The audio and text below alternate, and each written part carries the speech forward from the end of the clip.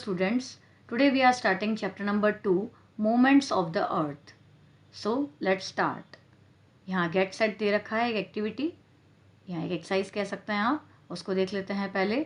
Fill in the correct numerals. आपको इसमें correct figures भरने हैं. तो फर्स्ट है 1 minute is equal to 60 seconds. Second 1 hour is equal to 60 minutes. 1 hour third वाला 1 hour is equal to 3600 seconds. Fourth 1 day is equal to 24 hours. 5 1 month is equal to 30 और 31 days. किसी किसी में 30 days होते हैं और किसी किसी मंथ में 31 days. Sixth 1 year is equal to 12 months. 7 1 year is equal to 365 and 1/4 days. And 8 1 leap year is equal to 366 days. So let's start the chapter. In ancient times, people believed that the earth was stationary and heavenly bodies moved around it. प्राचीन काल में लोगों का मानना था कि पृथ्वी स्थिर है और आकाशीय पिंड जितनी भी हेवनली बॉडीज हुआ करती थी इसके चारों ओर घूमते हैं. Nicholas Copernicus, a Polish astronomer, first said that the earth spins on its own axis and moves around the sun. Polish खगोल शास्त्री निकोलस कॉपरनिकस ने सबसे पहले कहा था कि पृथ्वी अपनी धुरी पर यानी एक्सिस पर घूमती है और सूर्य के चारों ओर घूमती है.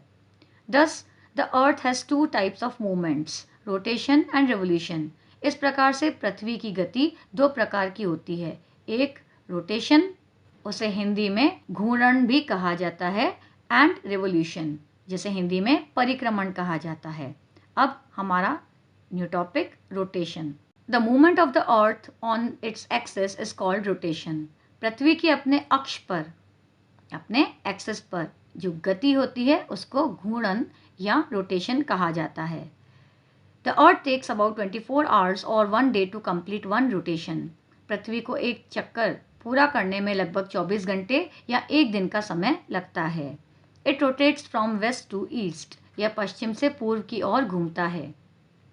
Due to this we see that the sun rises in the east and sets in the west. इसी के कारण हम देखते हैं कि सूर्य पूर्व में उगता है और पश्चिम में अस्त होता है. New topic days and nights. दिन और रात. The rotation of the earth causes day and nights. पृथ्वी के घूमने से दिन और रात होते हैं. Due to its spherical shape and only half of the earth receives light from the sun at a particular time. अपने गोलाकार आकार के कारण एक विशेष समय में पृथ्वी का केवल आधा भाग ही सूर्य के प्रकाश को रिसीव करता है, प्राप्त करता है. This half has day. इस आधे भाग पर दिन है.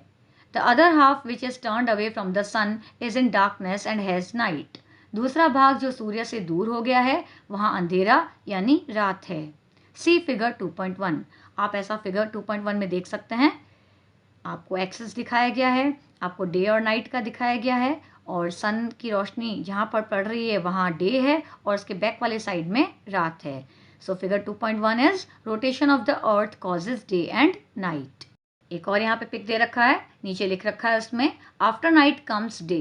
रात के बाद दिन आता है. This is caused by the rotation of the अर्थ. और ये रोटेशन की वजह से ही होता है. किसका rotation? Rotation of the earth. Let us understand the formation of day and night through an activity. आओ एक एक्टिविटी यानी क्रियाकलाप के द्वारा दिन और रात के बनने को समझते हैं. Look at figure 2.2. आप चित्र या फिगर 2.2 को देखें. Take a torch and a globe. एक टॉर्च और एक ग्लोब ले लें. Ask your friend to shine the torch on the globe. अपने किसी मित्र से कहें कि ग्लोब पर टॉर्च चमकाने के लिए कहें या रोशनी देने के लिए कहें. You will see that half of the globe is lighted while the other half is not. आप देखेंगे कि आधा ग्लोब रोशन है यानी उस पर रोशनी आ गई है जबकि दूसरा ग्लोब पर अंधेरा है, उस पर रोशनी नहीं आई है. Find out the names of the 2 countries each lying in the lit half and the dark half. अब आप जहाँ पर रोशनी पड़ रही है आधे भाग पर जिसे प्रकाशित आधा भाग कहा जा रहा है और अंधेरे आधे भाग में से स्थित 2 देशों के नाम को पता करिए. Now slowly rotate the globe. अब ग्लोब को धीरे धीरे से घुमाइए. What do you see? आप क्या देखते हैं? You will see that the countries which were in the lighted part have now moved into the darkness. आप देखेंगे कि जो देश पहले उजाले वाले हिस्से में थे वे अब अंधेरे वाले हिस्से में चले गए हैं. The countries which were in the dark have now moved towards the light. जो देश अंधेरे में थे अब वे उजाले की ओर चले गए हैं। This shows that as the earth rotates all places have day and night but at different times. इससे पता चलता है कि जैसे ही पृथ्वी घूमती है सभी स्थानों पर दिन और रात होते हैं, लेकिन अलग अलग समय पर।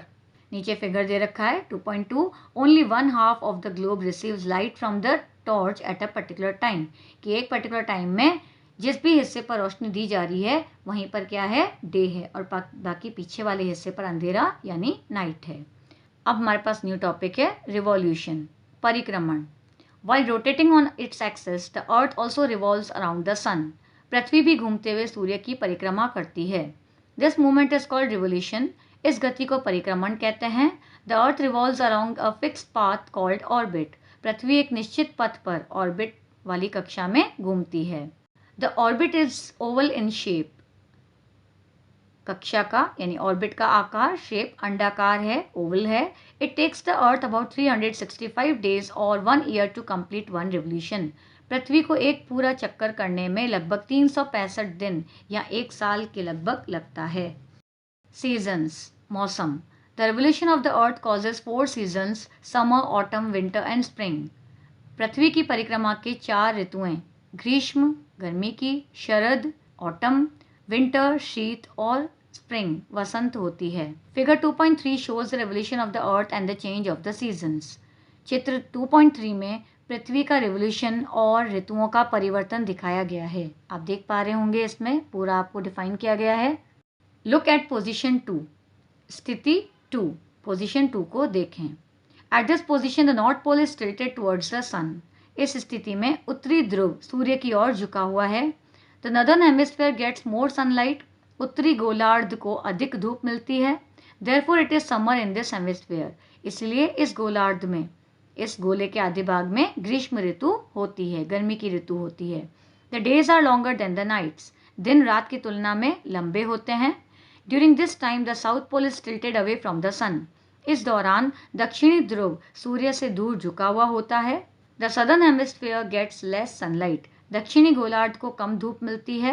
Therefore it is winter in this hemisphere. अतः इस गोलार्ध में शीत ऋतु होती है। The days are shorter than the nights. दिन रात से छोटे होते हैं। अब यहाँ पे एक बॉक्स दे रखा है फैक्ट वाइज, जिसका मतलब हिंदी में होता है तथ्यवार। The earth actually takes 365 and 1/4 days to go around the sun once. पृथ्वी को वास्तव में सूर्य के चारों ओर एक चक्कर लगाने में 365 और 1/4 1/4 दिन लगते हैं। But a year has 365 days. लेकिन एक साल में 365 दिन होते हैं। So every 4 years we add day 1/4 + 1/4 + 1/4 + 1/4 is equal to 1 to the month of February। इसीलिए हम हर 4 साल में फरवरी के महीने में एक दिन 1/4, 1/4, 1/4 और 1/4 कुल मिलाकर एक जोड़ते हैं। That year is called a leap year and has 366 days. उस वर्ष में 366 डेज होते हैं, इसीलिए इस वर्ष को लीप वर्ष कहा जाता है। लुक एट द पोजीशन 4, स्थिति 4 को देखें। The south pole is tilted towards the sun. दक्षिणी ध्रुव सूर्य की ओर झुका हुआ है। The southern hemisphere gets more sunlight. दक्षिणी गोलार्ध को अधिक धूप मिलती है। Therefore it has summer. इसलिए इसमें ग्रीष्म, गर्मी की ऋतु होती है। During this time the north pole is tilted away from the sun. इस दौरान उत्तरी ध्रुव सूर्य से दूर झुका होता है। The northern hemisphere gets less sunlight.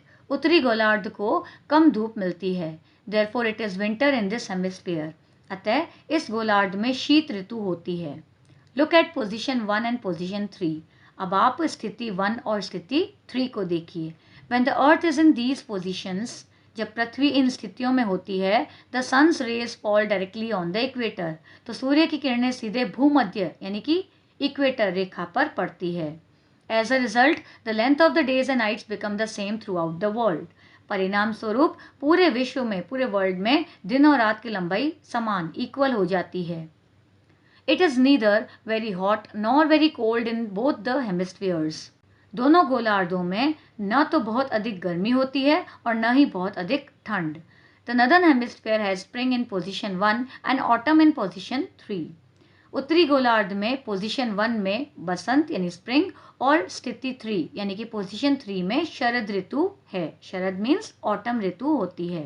The southern hemisphere has autumn in position 1 and spring in position 3। दक्षिणी गोलार्ध में स्थिति 1 यानी कि पोजीशन 1 में शरद ऋतु और स्थिति 3 यानी पोजीशन 3 में बसंत है। तो स्टूडेंट्स, ये था आपका chapter number 2 movements of the अर्थ, और इसके अगले वीडियो में हम चैप्टर नंबर 3 मेजर लैंडफॉर्म्स पढ़ेंगे। Thank you.